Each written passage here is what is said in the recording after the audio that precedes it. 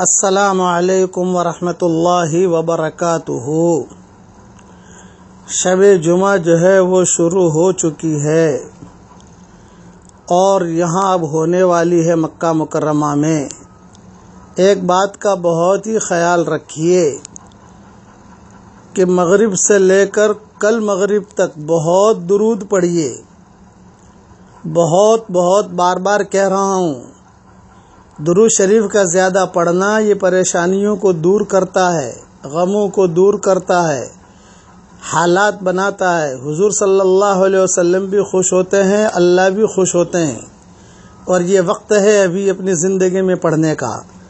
ایک درود آج آپ کو میں دے رہا ہوں، پڑھ رہا ہوں، میرے ساتھ پڑھیے، اس کا اہتمام کیجیے۔ جزا اللہ عنا محمدن ما ہوا اہلہ۔ اس کا ترجمہ بھی پڑھ لیتا ہوں۔ عربی میں نہ پڑھ سکو تو ترجمہ پڑھو گے تو بھی انشاءاللہ کافی ہو جائے گا۔ اللہ تعالی جزا دے محمد صلی اللہ علیہ وسلم کو ہم لوگوں کی طرف سے جس بدلے کے وہ مستحق ہیں۔ اس درود کی بہت فضیلت حدیثوں میں آتی ہے کہ یہ درود شریف کوئی پڑھے گا تو 70 فرشتے 1000 دن تک اس کا ثواب لکھتے رہیں گے۔ کتنی بڑی فضیلت ہے، دیکھیے۔ وقت لگے گا آپ کا کتنا، اور فرشتے 70 فرشتے 1000 دن تک، 1 سال 2 سال 3 سال، 1 سال کے 360 دن ہوتے ہیں، اب حساب لگا لو۔ یہ حدیث فضائل درود شریف میں ہے، وہاں دیکھ لینا اس کا حوالہ۔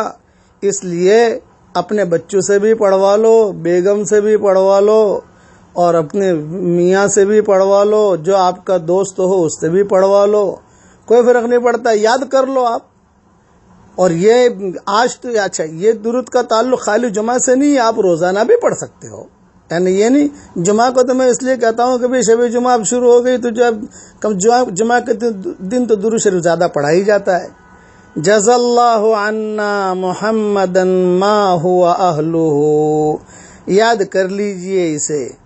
اور اب جو ہے سورہ دخان بھی پڑھ لو، سورہ کہف بھی پڑھ لو، سورہ ملک بھی پڑھ لو، سورہ سجدہ بھی پڑھ لو، اور مسبحات بھی پڑھ لو۔ 26 صورتیں ہماری آ گئی ہیں، اس میں 26 صورتوں کا ترجمہ پورا ہو گیا ہے۔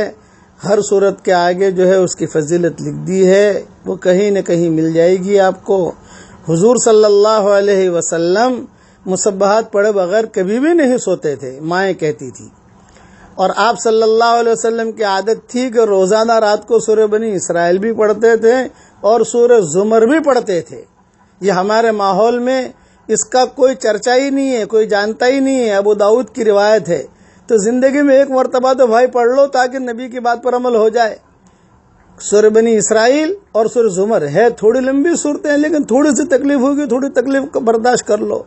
اللہ تعالیٰ عمل کرنے کی ہمیں توفیق عطا فرمائے۔ جتنی باتیں بتائیں اب جتنا کر سکو کر لو، کم سے کم درود شریف تو پڑھ ہی لیجئے۔ اللہ تعالیٰ ہم سب کو عمل کرنے کی توفیق عطا فرمائے۔